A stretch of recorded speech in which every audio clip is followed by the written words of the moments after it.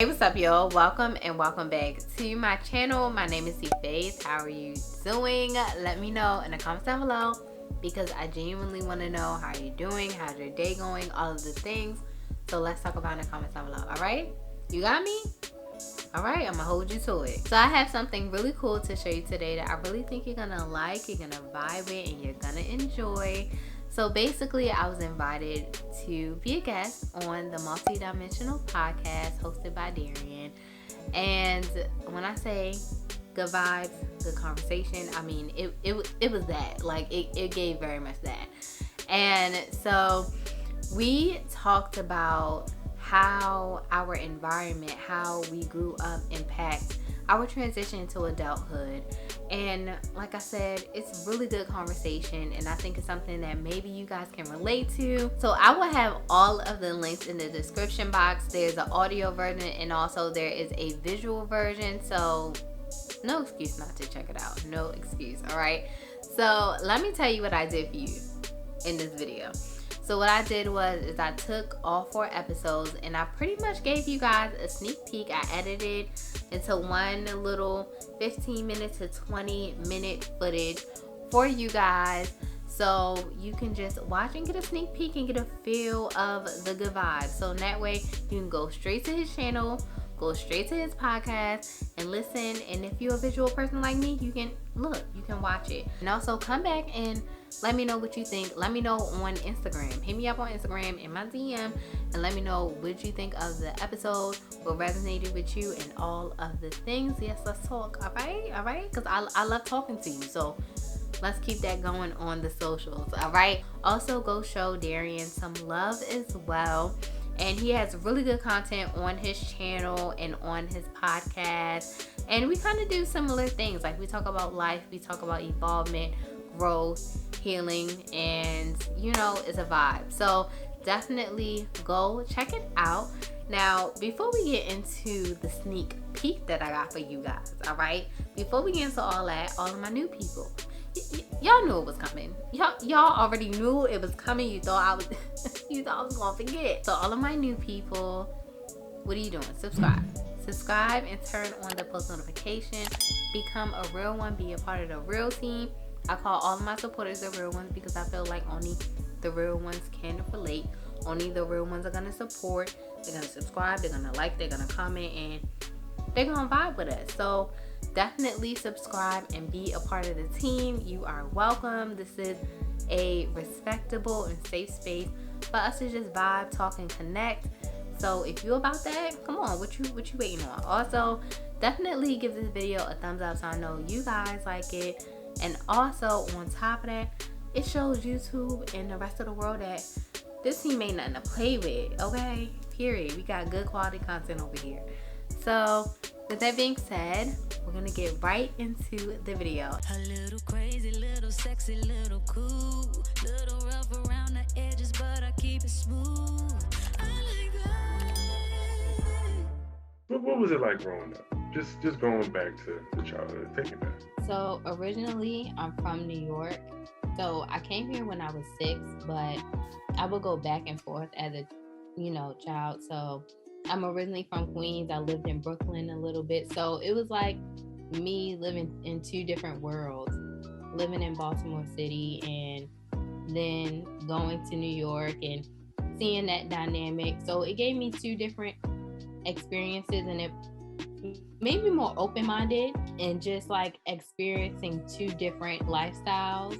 So it definitely made me who I am today. This is wild, just how we grow up, and just things come back full circle. But are there any intriguing memories specifically from elementary school that like you just carry with you into adulthood? Like I said before, just the family aspect and just like how we were all close knit. And I think looking back in retrospect on my life, I just always carried that throughout the different places that I've been. But yeah, it is wild to see us as we all adults doing our own thing. It's like so crazy. But I think that's one thing I would say. It's just like the close knit and family and welcoming, and just try to befriend people, if that makes sense. I think I've brung that in different places, whether if it's a job or a different school or whatever? That was a transformative time because that was the first time when I was really trying to figure out my own identity. And like I didn't really have a lot of like close-knit relationships with people in high school. I did have friends, but I was also like a social butterfly where I was friends with just about all of the different cliques in some different capacity. And I was always just free floating. And that was a weird existence looking back. Yeah. Because I also compare my experience to other people who did have, like they were a part of just one group, one friend group, where they had that one best friend and they were inseparable. And I didn't have that. And that was a weird thing looking back, not only just from high school experience, but also just how I navigated life outside of school and what it means to have close relationships with just other people, whether it be, friends, family, people at work, what have you. So yeah, high school was a trip. I think we had that in common. I feel like for high school, each grade I had a different best friend. Like you said, like you never had like that one. And I felt like I didn't have that one. I will say in middle school and in high school, like I always gravitated to like, not the misfits, but like the people that weren't accepted, if that makes sense. And I will always like befriend them because they didn't have, that group or whatever, or they might have been bullied or, picked on and stuff like that. And so I always that's why I say I always dibbled, and I was cool with some people in each different, but I noticed like looking back, I always gravitated towards those people for some reason. And it just kind of like learn about them and their experiences, and if I could like help them in any way, like I would. On the same vein of lessons you've been learning through adulthood, what are some things that you know now specifically about relationships that you wish you knew when you were 16? And we've kind of touched on friendships and stuff. But relationship, that's a broad term, so we can specify by saying lessons about family relationships. Okay. So I think as far as family, I would say that don't put them on a pedestal or try to look at them as humans, and they're just like you, but they're just older. And so as a kid, like you don't, especially a teenager where you think you know everything, you don't look at it in that way. So for me, like I grew up in a child stays in the child's place and the adult stays in the adult's place. Like, you know what I mean? It wasn't really that mixed. So once I got a certain age and I started being included into the adult stuff, I'm like, hold up, like this is not what I'm used to. I like, who is this person? And it's like I had to relearn them for truly who they are and not what I perceive them from a child mind. And I think a lot of us, we do that. Like, even though we're adults, we still look at our parents, our aunts, our uncles, grandparents from the lens of a child and not who they are. I think that that's one thing as far as family relationships, is just seeing them for who they are truly and not the pedestal you kind of built because of the title that they have in your life. Family members are just humans. Yeah. At the very end of the day. And in the same way you would develop relationships with a friend at school. Yeah. You gotta put in that same effort to develop that relationship with a parent, an aunt, a cousin, because they're people with their own pasts, their own presence, and their own futures, and their own lives. It's completely separate, even from just that blood tie that you have. Me, like once I view you as a friend, I'm like, okay, you're a friend. Like it to me, I'm not really like a phony person. So it's like either you're gonna have access to me or you're not. So I'm trying to learn like that balance. So sometimes I have to check myself and be like, this is not my friend. This is a business relationship. Straight up and down, just because we work together, it doesn't mean that we have to be friends. Like, there's a difference between being friends and just being respectful. Right. And understanding that if it's quote unquote just business, then there's a level of, I don't have to share all my feelings with you. You don't have to share all your feelings with me, but we do have to communicate. Yeah. So we do have to communicate to get a job done. And that's a very fine line, because ideally you can be friends with everybody, but everybody ain't your friend. Yeah. That's another lesson, is like, just because y'all are in the same proximity, just because y'all work together, don't mean they have your best interests at heart. And that's sometimes difficult to accept, because you ideally you can assume the best intentions from anybody you come across, but that ain't always the case.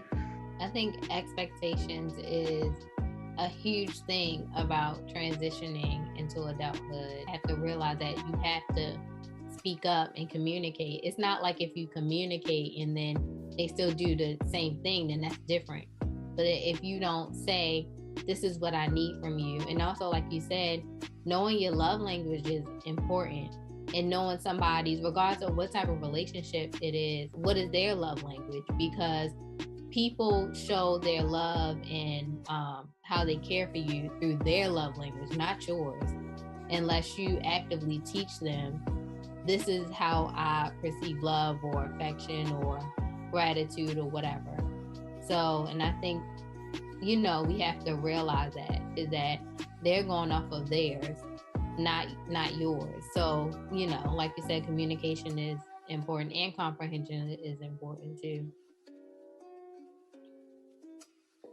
What's something that you know about yourself now that you wish you knew when you were 21? At 21, I think 21 was a good chapter for me. I feel like 21 is like the real start to adulthood. I don't think it's 18, because, at 18, you're still a teenager. Like, you think you know what adulthood is, but really we perceive that as adulthood because that's what society tells us. That's the age, and even in some countries it's younger than that. But I really think it's 21 because you start experiencing things for yourself outside of your family and your village. For me, I would just tell myself that you're gonna go through a lot, but you've been preparing for it throughout your life, regardless if you realize it or not. And also, you're gonna get there. What you're going through is, even though you're ready for it, it's preparing you for what you're gonna face and how you're gonna utilize it in your adult life. That's what I wish I'd known, is just to really slow down and just enjoy your life, and also learn balance. I think the earlier you learn balance, the better, because I didn't really learn balance, and I'm learning it now that I'm older, that it's okay to party and have fun and experience life in that way, but also think about your future a little bit more. Don't put pressure on yourself, but think about it, work towards it. So I think learning balance and how to utilize that in each part, within your life. So one lesson is that I don't have to have it all figured out on my own. Yes, definitely. It's a blessing and a curse. Mm-hmm. Independence. Knowing how to solve problems and navigate ambiguity on my own is fantastic, because it means I'm self-sufficient and I can handle things and help others. But it's also a curse, because I can also get lost in the weeds and get lost in the sauce and be like, okay, I can only figure this out on my own. and nobody else in the world can help me. Yeah. Because if I can't do it on my own, then that means I'm inadequate, and me asking for help is a sign of weakness. No, that is the biggest lie in the world. Asking for help is not a sign of weakness. Asking for help means, okay, I've done all that I can within my limited capacity as a flawed human being to solve this problem, to do this thing I'm just accomplishing. But asking for help means, all right, I'm actually ready for the next step or the next phase of this process. And I'm ready to learn more. I'm ready to expand. I'm ready to, just level up, versus thinking asking for help is me not being able to rise up to the challenge. Yeah. Yeah, I totally agree with that. That took me a very long time. I'm still struggling with it, to be honest. Oh, today, as of today, yes. But yeah, that is like, I can resonate with that so much. They make it seem like once you become an adult, you just magically know how to be an adult. Like you just magically know what to do, how to solve problems, how to maneuver life, and it's taxes, right, like you just know. So it's like after a certain point in your age, you're like, I'm still struggling. I don't know how to do this. It's kind of like, am I a failure? Like imposter syndrome just like comes really quick because you're like, am I doing life right? Is this where, especially like when society tells you at 25, you need to have the family, you need to have the car, you need to have the nice house, you need to be in this tax bracket, you need to be doing all this stuff. But it's just kind of like, that's not realistic.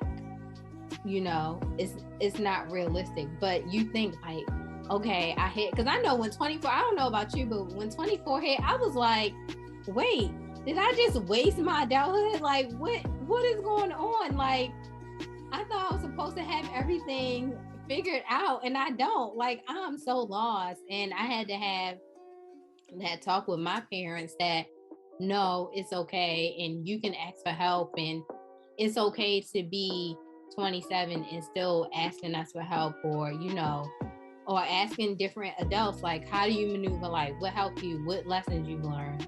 Where I felt like I'm supposed to know what it's like. So since I need to figure it out on my own, like I should know all of this already. And another sense is healing. Mm-hmm. And oftentimes we don't want to go through that process because healing means I have to expose the wound to begin with. And going to expose the wound, or going to like peek up under the rug where I swept this thing 13 years ago. Yeah. I don't think I want to do that, or go to the bones in the closet. That's not an easy thing, especially not an easy thing to do alone. But it's a necessary process for growth and maturity, and just to be able to live a more fulfilling life. Because if there's always that one pebble in your shoe, there's always that one little splinter in your finger that you just never got rid of, or you never addressed, it's always going to be there. And then it's going to have spillover effects in your relationships. No matter what it is, family, romantic, professional, friends, you name it. So. Yeah. And you have to realize that like healing means forgiving people, and also looking at yourself from a different perspective. So for me, I'm still learning, but I had to learn that you have to forgive people, even if they don't give you an apology, even if you never see them again. That's a part of healing, is forgiveness. And also looking at how you played a role in that situation too. Because sometimes you have a perspective of you're always right. So whatever they did to you, it was justified. Like, because they did this, or because whatever, it was justified that I did that. And it's during my healing process, I had to look at some things and be like, yeah, that person did that, but did I really have to react like that? Or did I probably shouldn't have said that. That wasn't really the best thing to say about them, or to do this, like, you know what I mean? And a lot of times we don't want to face the reality and what we've done wrong in that situation or in multiple situations. And that's why people don't want to necessarily heal, because they don't want to see themselves for what they are and not what they painted themselves to be. I would say that your journey is your journey, and acknowledge where you've been, but also you have a choice to create your own reality. And it's okay that you don't have everything figured out. You're gonna get there. I think that's, like, I would say the main point is that adulthood is not you having everything figured out. It's just how are you taking the steps and how are you maneuvering life in the right way to be able to have a successful adulthood.